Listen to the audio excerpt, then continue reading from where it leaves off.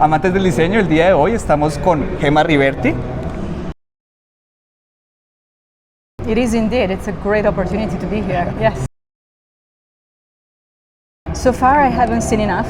So I have a long list of things that I have saved that I want to do. But being at the feria was the priority today. I want to check it out, check out the exhibitions, and then hopefully have some time to see the city. It's the thing that struck me the most so far is the nature. The nature is amazing here, and it's everywhere. A good question.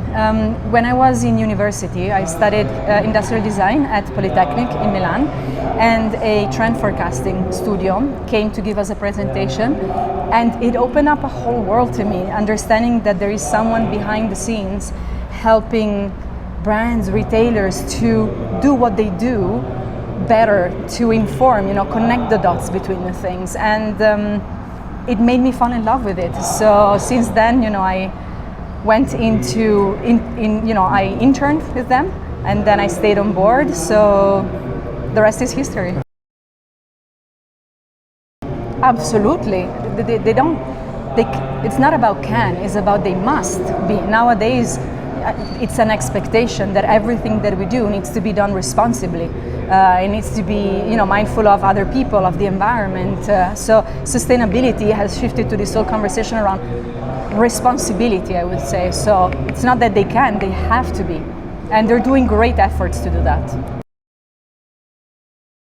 But it's also an expectation, because whoever you're designing for now at all levels of the market is expecting to know what is sustainable about this. What are the story behind the materials, the sourcing, the manufacturing. So you have to deliver to that.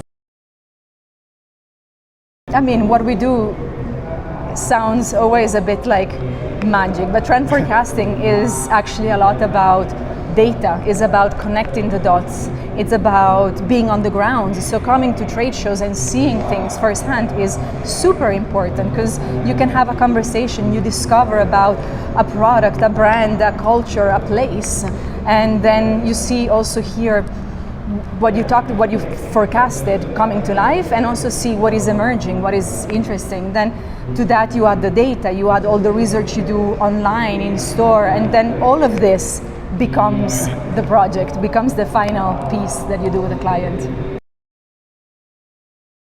It's fascinating. I don't know enough. That's the challenge as well, because I come here curious. I'm hungry to know more. I think this, shows like this one have a great opportunity to broaden the reach. And I mean, with social media, we can know more.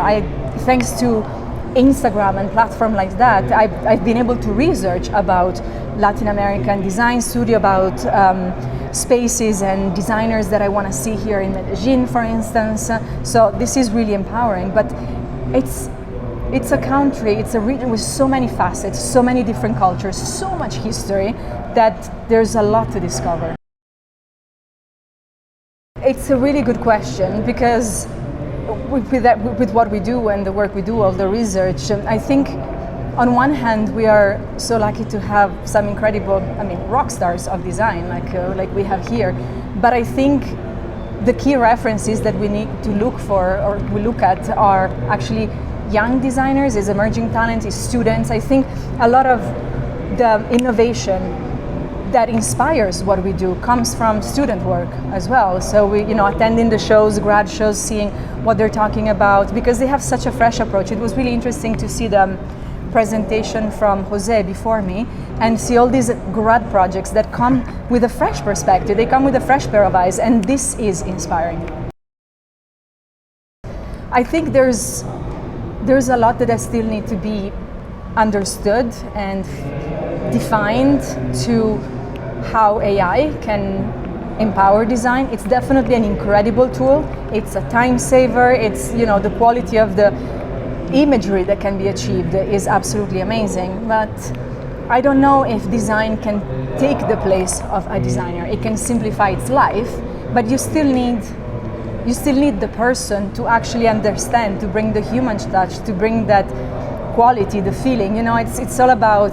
We always say it's all about the math and the magic. I think the person brings the magic, and the AI, the data, etc., bring the math, the functional aspect. I'd say do it, but do it with purpose, because design as an approach to everything we do, beyond thinking of design as product design or interior design, etc. It's about making people's lives better. It's about changing their lives, or simplifying their lives. So if you want to study design, do it because you care about others in terms of people, environment, other species, etc. And you want to make their lives better. And you want to leave a better place for them.